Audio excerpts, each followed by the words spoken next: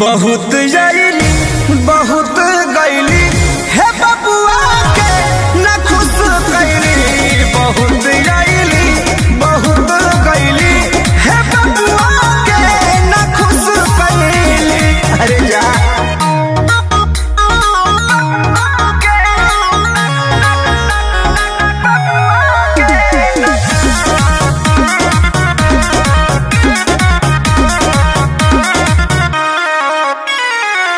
ऐसे तो ढेर घर भोज भइल बा, कहिए न चैप्टर क्लोज भइल बा।